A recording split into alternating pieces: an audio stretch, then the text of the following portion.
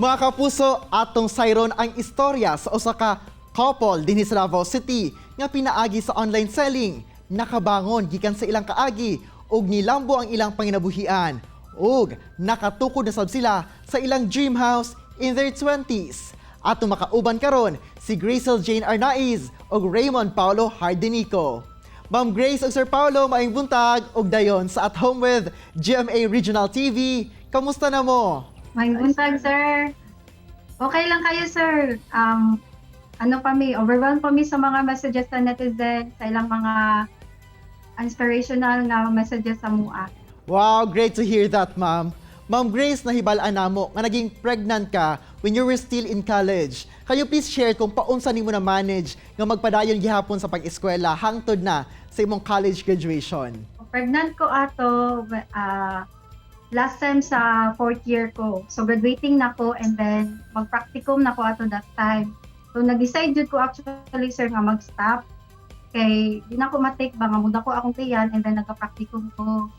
Pero namanggod ko yung mga friends na asya, ako ang family nga, ug akong professor nga nagatuo nga kaya nimo na graduating na ka. So basta kay ang ingon sa ko ang manggong eskwelahan magpakasalang ni Sumoto ni Porso ko and then ni paso jud ko hangtod sa on the day sa mga graduation nga dako akong tiyan. Sir Paolo, that time man hibalaan nimo nga magka-baby na mo, unsay inyong nahimong plano dayon? Medyo nalisod pa sa part na ako since siya graduating tapos bawal sa school eh.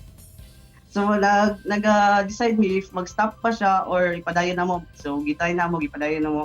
Antod sa nga nanganak na siya 5 days after sa iyang graduation.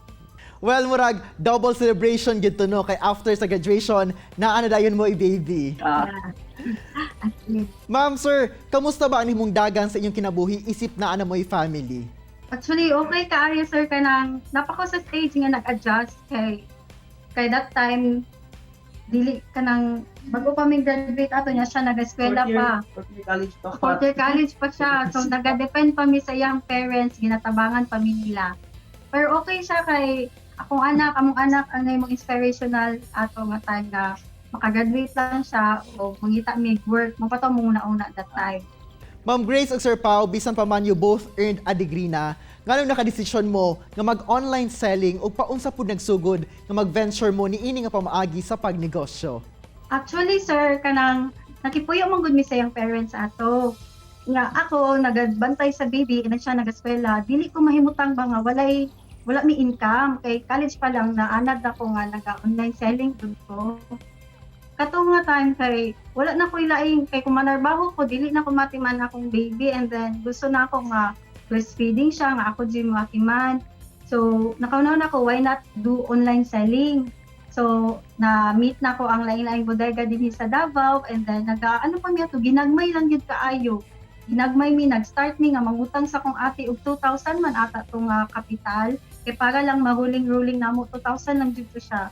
And then, pag wala siya klase mo, ato mi mangumpra and then deliver, hantod sa nakaipon mi. And then, nagtuloy-tuloy na siya, nanami-namit nga mga dagko nga mga suppliers na gyud na mo dyo'y naghatag sa mga o kanang kampuhunan.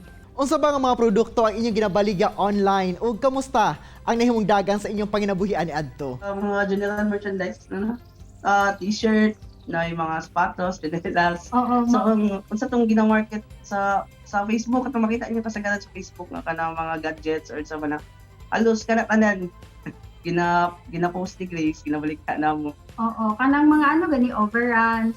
Tanan kana mo pa na jud among gi-start and then malipay na mi ato sa una nga na maka-income mi ginagmay lang taga-adlaw. So, nag-usab jud amo ang kay makatabang naman mi sa iyang parents. Makahatag na may ginagmay sa pagkaon, pero nakipuyo pa mi anak sa iyang parents. What made you decide nga magpatukod na gayod og kaugalingong balay? Gusto na namo ba nga nami own comfort zone. So Freedom. and then naman siya lote nga hatag siyang papa. Then mao to nakatigom-tigom naman mig dako-dako, so nag-decide na gyud mi. Actually, before me na-meet nag-online seller, na-meet man gud namo sa deal, ganig balay, condo, yuta. So, ni-join po din na ato nga time. Ma'am Grace ug Sir Pao, unsa yung nabati every time nga makita ninyo ang progress sa pagtukod sa inyong dream house hangtod sa nahuman? Excited kami everyday.